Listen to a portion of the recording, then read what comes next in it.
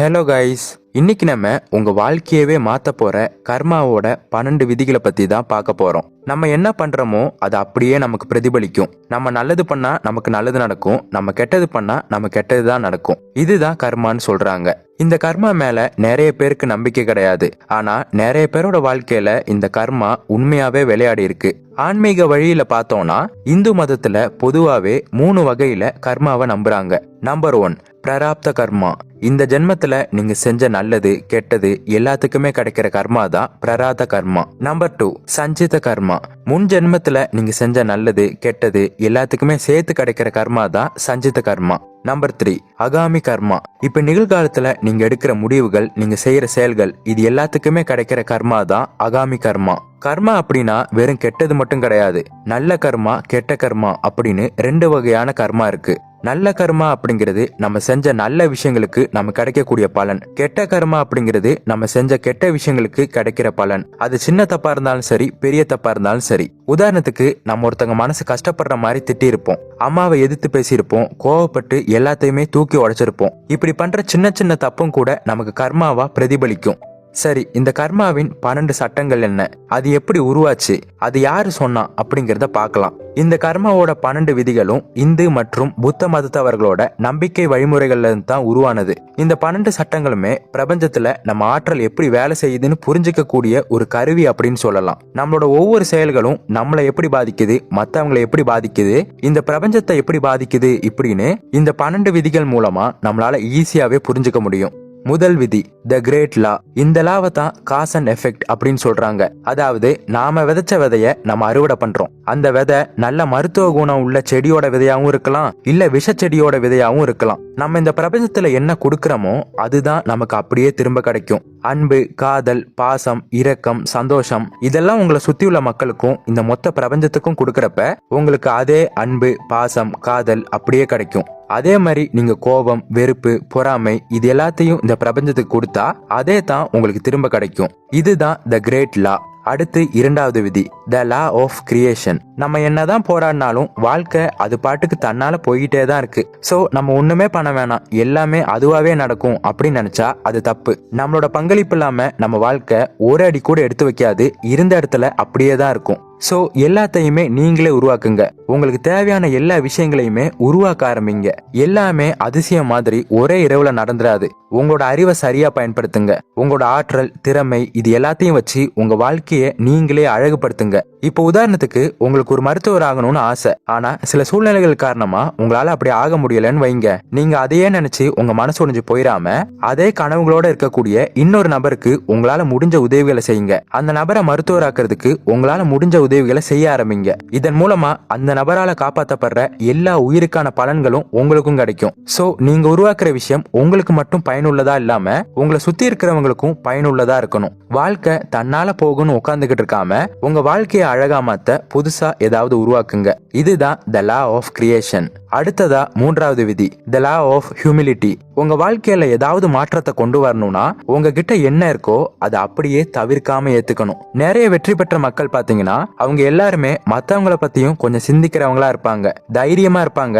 அது கூடவே எல்லார்கிட்டையும் பணிவோடையும் நடந்துக்குவாங்க. இந்த சமுதாயம் அவங்கள பத்தி நிறைய குறை சொல்லும், அவங்க மேல ஏகப்பட்ட குற்றச்சாட்டுகளை வைக்கும். இருந்தாலும் அவங்க போகக்கூடிய பாதையில எந்த கோபமும் காட்டாம எல்லார்கிட்டையுமே பணிவோட தான் இருப்பாங்க. நீங்க பண்ண தப்புக்கு வேறொருத்தர் மேல பழிய போடக்கூடாது. உங்க தப்ப மறைக்க அவங்கள திட்டி குறை சொல்லக்கூடாது. நீங்க பண்ணது தப்புங்கிறத அக்செப்ட் பண்ணிட்டு உங்க லைஃப்ல நீங்க மூவ் ஆன் ஆகி போய்கிட்டே இருக்கணும். நீங்க எதை அக்செப்ட் பண்ண மறுக்கிறீங்களோ அதுதான் உங்களை தேடி தேடி வரும். உதாரணத்துக்கு, இவன் என்னோட எதிரி, இவனை என் வாழ்க்கையிலேயே பார்க்க கூடாதுன்னு நினைச்சீங்கன்னா அவனோட முகத்துல தான் நீங்க அடிக்கடி முழிப்பீங்க. சோ எனக்கு ஒரு ஏழ்மையான வாழ்க்கை வேணான்னு நினைக்காதீங்க. ஏன்னா ஏழ்மையை பத்தியே நீங்க நினைக்கிறதால அந்த ஏழ்மை தான் உங்களை சூழ்ந்திருக்கும். இப்ப இருக்கிற வாழ்க்கைய நிராகரிக்காம அதை அப்படியே ஏத்துக்கிட்டு எனக்கு இன்னும் வளமான வாழ்க்கை வேணும்னு உங்களுக்கு என்ன வேணுமோ அதை பத்தி மட்டுமே நினைங்க. நீங்க ஒரு விஷயத்த மறுக்கிறீங்கன்னா அதுதான் உங்களை தேடி தேடி வந்துகிட்டே இருக்கும். எது மேல உங்க கவனத்தை செலுத்துறீங்களோ அதுதான் உங்க வாழ்க்கையில அதிகமாகிக்கிட்டே இருக்கும். சோ இதுதான் த லா ஆஃப் ஹியூமிலிட்டி. அடுத்ததா 4வது விதி த லா ஆஃப் growth. வளர்ச்சி அப்படிங்கிறது நம்ம கிட்ட இருந்து தான் ஆரம்பிக்கணும். சுத்தி இருக்கிறவங்க மெச்சூர் ஆகணும், அவங்க வளரணும், இந்த சமுதாயம் இன்னும் வளரணும் அப்படின்னு பேசிக்கிட்டு இருந்தா மட்டும் பத்தாது. நம்ம கிட்ட என்ன தவறு இருக்கோ அதை மாத்திக்கிட்டு நாம முதல்ல வளரணும். நம்மளோட பர்சனல் டெவலப்மெண்ட பத்தி தான் இந்த லா சொல்லுது. உங்களுக்குள்ள நீங்க மாற்றத்தையும் வளர்ச்சியும் கொண்டு வரப்போ உங்களை சுத்தி இருக்க மக்களும் வளருவாங்க, உங்களை சுத்தி உள்ள சமுதாயமும் வளரும்.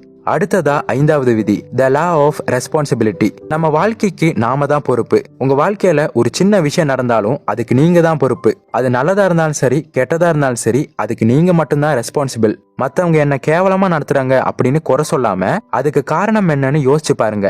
அவங்க உங்களை கேவலமா நடத்துறது வேணா உண்மையா இருக்கலாம், ஆனா அதை பத்தி நீங்க எப்படி எடுத்துக்கிறீங்க, அதுக்கு நீங்க எப்படி ரியாக்ட் பண்றீங்க அப்படிங்கிறது உங்க கையில மட்டும்தான் இருக்கு. கோபம், வெறுப்பு அப்படிங்கிறது உங்களுக்குள்ள தானே ஏற்படுது. அது ஏற்படுத்தாம இருக்க வேண்டியது உங்க ரெஸ்பான்சிபிள் தானே. மத்தவங்க என்ன வேணா சொல்லட்டும், என்ன வேணா திட்டட்டும், ஆனா கடைசியில அதுக்கு நீங்க எப்படி ரியாக்ட் பண்ண போறீங்க, எப்படி ரெஸ்பாண்ட் பண்ண போறீங்கிறது உங்க கையில தான் இருக்கு. சோ உங்க வாழ்க்கையில என்ன நடந்தாலும் அதுக்கான முழு பொறுப்பையும் நீங்க மட்டும்தான் ஏத்துக்கணும். எனக்கு இது மட்டும் நடக்கலனா நான் எங்கேயோ இருந்திருப்பேன், அவன் மட்டும் என்ன ஏமாத்தலனா நான் வாழ்க்கையில நல்லா இருந்திருப்பேன், இந்த மாதிரியான சாக்கு போக்கு சொல்லிக்கிட்டு இருக்கிறதுனால யாருக்குமே நன்மை கிடையாது. இந்த மாதிரி காரணம் சொல்லிக்கிட்டு இருந்தோம்னா இருக்கிற இடத்துலயே இருக்க வேண்டியதான், வளர்ச்சி அப்படிங்கிறது அங்க இருக்காது. சோ மறுபடியும் சொல்றேன், உங்க வாழ்க்கையில நடக்கிற எல்லாத்துக்குமே நீங்க மட்டும்தான் ரெஸ்பான்சிபிள். அடுத்ததா 6வது விதி த லா ஆஃப் கனெக்ஷன். உங்க வாழ்க்கையில இருக்கிற எல்லா விஷயங்களும் ஒண்ணுக்கு ஒண்ணு கனெக்ட் ஆகி தான் இருக்கும். உங்க கடந்த காலம், நிகழ்காலம், எதிர்காலம் எல்லாமே இணைஞ்சுதான் இருக்கும். இப்ப நீங்க உங்களுக்கு பிடிச்ச வேலையை பாக்குறீங்களா, அதுக்கு காரணமே கடந்த காலத்துல நீங்க செஞ்ச செயல்கள் தான். அதுவே நீங்க உங்களுக்கு பிடிக்காத வேலையை செய்றீங்க அப்படின்னா அதுக்கு காரணமும் நீங்க கடந்த காலத்துல எடுத்த முடிவுகள் தான். இப்ப நீங்க பிரசன்ட்ல எந்த மாதிரி இருக்கீங்களோ அதுக்கான முடிவுகள் தான் உங்க எதிர்காலத்தை தீர்மானிக்கும். நீங்க எடுத்து வைக்கிற ஒவ்வொரு அடியுமே ஒண்ணுக்கு ஒண்ணு இணைஞ்சதுதான். உதாரணத்துக்கு நீங்க கடந்த காலத்துல ஒரு தொழிலை ஆரம்பிக்கணும்னு ஒரு முதலீடு போட்டிருப்பீங்க. அந்த ஒரு முதல் அடி தான் இன்னைக்கு உங்களை ஒரு பெரிய தொழிலதிபரா மாத்திருக்கும். இதே தொழிலை இப்ப இருக்க பிரசன்ட் மூமெண்ட்ல நீங்க சரியா பயன்படுத்திக்கிட்டாதான் உங்க எதிர்காலமும் சிறப்பா இருக்கும். சோ இது மட்டும் இல்லாம நம்ம வாழ்க்கையில இருக்க எல்லா விஷயங்களும் ஒண்ணுக்கு ஒண்ணு இணைஞ்சதுதான் அப்படின்னு சொல்றது தான் இந்த லா. அடுத்ததா 7வது விதி லா ஆஃப் ஃபோக்கஸ். சில பேர் மல்டி டாஸ்கிங் எல்லாம் பண்ணுவாங்க. சாப்பிட்டுக்கிட்டே படிப்பாங்க, இன்ஸ்டாகிராம்ல ரீல்ஸ் பார்த்துக்கிட்டே படிப்பாங்க. இதுதான் நம்ம எல்லாருக்கிட்டையுமே இருக்கிற ஒரு மிகப்பெரிய பிரச்சனை. இது அப்படியே தொடர்ச்சியா பண்ணா உங்களோட கவனம் இருக்க கம்மியாயிட்டே தான் போகும், கவனக்குறைவு ஜாஸ்தியாகும். சோ ஒரு நேரத்துல ஒரு விஷயத்துல மட்டும் கவனம் செலுத்தினாலே நீங்க எடுக்கக்கூடிய முடிவுகள் எஃபெக்டிவா இருக்கும். அது மட்டும் இல்லாம அன்பு, காதல் இந்த மாதிரி மதிப்புகள் கொண்ட விஷயங்கள்ல கவனம் செலுத்துறப்ப உங்களோட கோபம், பேராசை இது எதுவுமே வராது. சோ இனிமே ஒரே நேரத்துல பல வேலைகளை செய்யாதீங்க. ஒரு விஷயத்துல மட்டும் கவனம் செலுத்தினாலே நீங்க நினைச்ச விஷயங்கள்ல மிகப்பெரிய உச்சத்தை அடையலான்னு சொல்றது தான் இந்த லா ஆஃப் ஃபோக்கஸ். அடுத்து 8வது விதி the law of giving and hospitality. சுயநலமா இல்லாம மத்தவங்களுக்கு உதவி பண்றவங்களா இருக்கணும். வெறும் பணங்காசு கொடுத்து உதவுறது மட்டும் இல்லாம உங்களுக்கு தெரிஞ்ச விஷயங்களையும் சொல்லி கொடுக்கலாம். நிறைய பேருக்கு தர்மம் பண்ணணும்னு மட்டும் யோசிச்சுக்கிட்டு இருக்காம அதை நடத்தி காட்டுறதுக்கான சில செயல்களையும் செய்யணும். உதாரணத்துக்கு மாசம் ஒரு ஆசிரமத்துக்கு 1000 ரூபாய் டொனேட் பண்ணணும் அப்படின்னு திங்க் பண்றீங்கன்னா அது நடக்குமா நடக்காதா, நம்மளால முடியுமா முடியாதா அப்படின்னு யோசிச்சுக்கிட்டு மட்டும் இருக்காம எந்த வாய்ப்புகள் கிடைச்சாலும் அதை பயன்படுத்தி டொனேட் பண்ணுங்க. அதுக்கான பலன் நிச்சயமா உங்களுக்கு பல மடங்கா கிடைக்கும். மொத்தத்துல சுயநலமா இல்லாம பொதுநலமாவும் இருக்கணும்னு சொல்றது தான் இந்த லா ஆஃப் கிவிங். அடுத்ததா 9வது விதி the law of here and now. இப்ப இருக்கிற நிகழ்காலத்துல வாழணும். கடந்த காலத்துல நடந்த விஷயங்கள் எதுவுமே மாற போறது கிடையாது. அதை மாத்துறதுக்கு நம்ம கிட்ட சக்தியும் இல்ல, டைம் மிஷனும் இல்ல. கடந்த காலத்தை பத்தியே யோசிக்கிறதால புதிய எண்ணங்கள் எதுவுமே நமக்கு வராம தடைப்பட்டு நின்றும். அந்த கடந்த கால எண்ணங்களை விலக்கி வச்சாதான் உங்களால புது எண்ணங்கள்ல வாழ முடியும். நான் என்னோட கடந்த காலத்துல இந்த மாதிரி ஒரு தப்பு பண்ணிட்டேன், அதை மட்டும் நான் பண்ணலனா இன்னைக்கு நல்லா இருந்திருப்பேன் இப்படின்னு தேஞ்சு போன டேப் ரெக்கார்டர் மாதிரி திரும்ப திரும்ப பழைய விஷயங்களையே யோசிச்சுக்கிட்டு இருக்க கூடாது. அதை விட்டுட்டு இப்ப இருக்க பிரசன்ட் மூமெண்ட்ல நிம்மதியா வாழணும். சோ நடந்ததை அக்செப்ட் பண்ணிட்டு நிகழ்காலத்துல வாழணும்னு சொல்றது தான் இந்த லா.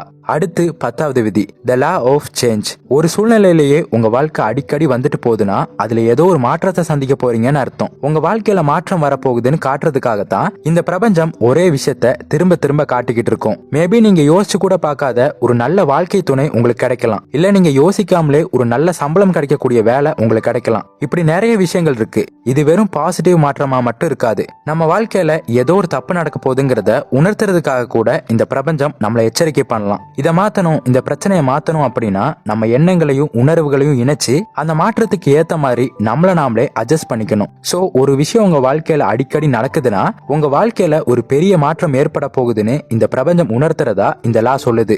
அடுத்ததா 11வது விதி, the law of patience and reward. எந்த ஒர்க்கா இருந்தாலும் அதுல கடைசி வரைக்கும் நிலையா இருக்கணும். உங்க இலக்குகள், உங்க கனவுகள் எதையுமே கைவிட்டுறாதீங்க. ஒரு பெரிய விஷயத்தை நீங்க அடையணும்னா அதுக்கு பொறுமையும் உழைப்பும் ரொம்ப அவசியம். அந்த பொறுமையும் உழைப்பும் தான் உங்களுக்கு ஒரு நல்ல பரிசை கொடுக்கும். சோ எந்த ஒரு விஷயத்துல இறங்கினாலும் அது கைவிடாம கடைசி வரைக்கும் நிலையா இருங்க. நீங்க பண்ணிக்கிட்டு இருக்க வேலையில கடினமான உழைப்பு இருந்தாலும் அதை ஜாலியா என்ஜாய் பண்ணிட்டு பண்ணுங்க.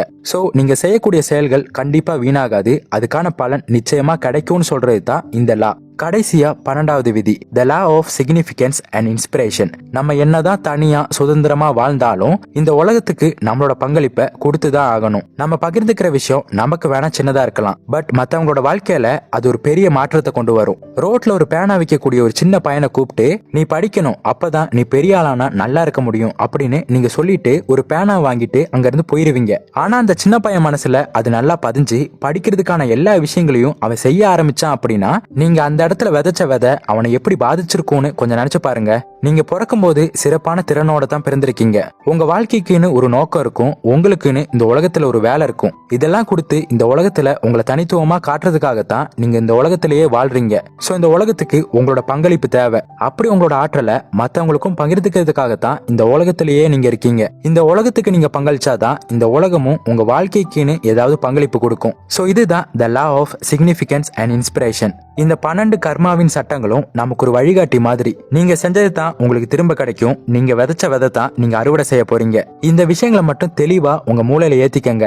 நல்லது கெட்டது இது ரெண்டுமே நம்ம வாழ்க்கையில இருக்கும். இது ரெண்டுல நம்ம எதை சூஸ் பண்ணணும் அப்படிங்கறத நம்ம தான் முடிவெடுக்கணும். சோ எல்லா சூழ்நிலைகள்லயும் நல்லதை மட்டுமே தேடுங்க, நல்ல முடிவுகளை மட்டுமே எடுங்க. உங்களுக்கு திரும்ப கிடைக்கிற எல்லாமே நிச்சயமா நல்லதா மட்டும்தான் கிடைக்கும். நீங்க செய்யற நல்ல விஷயங்களை மனசார நேர்மையா செய்யணும். நிறைய தானம் செஞ்சோம்னா நமக்கு நிறைய பணம் கிடைக்கும்னு பேராசையில செய்யாம நம்ம கொடுக்கிற இந்த சின்ன காசு மத்தவங்களுக்கு பெரிய மாற்றத்தை கொண்டு வரும். அவங்களும் சந்தோஷமா இருப்பாங்க, நம்மளும் சந்தோஷமா இருப்போம் அப்படின்னு மன நிறைவோட தர்மம் பண்ணுங்க. சோ நல்லதை மட்டுமே பண்ணுங்க, கெட்டதை பத்தி யோசிச்சு கூட பார்க்க வேணாம். எப்பவுமே நல்லதை மட்டுமே செஞ்சா திரும்பவும் நல்லதுதான் கிடைக்குங்கிறத என்னைக்குமே மறந்துடாதீங்க. சோ கர்மாவோட இந்த 12 விதிகளை நல்லா புரிஞ்சுக்கிட்டு உங்க வாழ்க்கையில நடைமுறைப்படுத்துங்க. கண்டிப்பா உங்க வாழ்க்கையில நல்ல மாற்றங்களை பார்ப்பீங்க. சோ இந்த வீடியோ உங்களுக்கு யூஸ்ஃபுல்லா இருந்திருக்கும் நம்புறேன். அப்படி யூஸ்ஃபுல்லா இருந்தா இந்த வீடியோக்கு லைக் பண்ணுங்க, உங்க ஃப்ரெண்ட்ஸ் அண்ட் ஃபேமிலி மெம்பர்ஸ்க்கு ஷேர் பண்ணுங்க.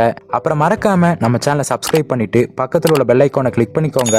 இன்னொரு இதே மாதிரியான ஒரு யூஸ்ஃபுல்லான இன்ஃபர்மேஷனோட உங்களை வந்து மீட் பண்றேன். தேங்க்ஸ் ஃபார் வாட்சிங்.